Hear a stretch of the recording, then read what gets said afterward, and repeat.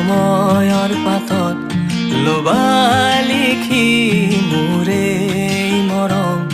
তোমাৰ বুলি তুমি যেন উপহাৰ এটি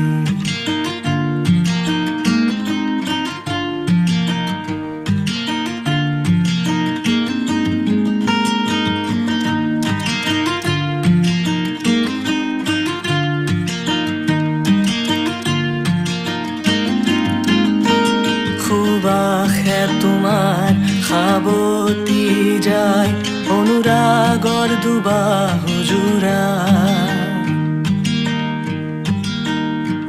খোজতে তোমাৰ চুলি নাচি যায় নাচোনে আহিৰিয়াই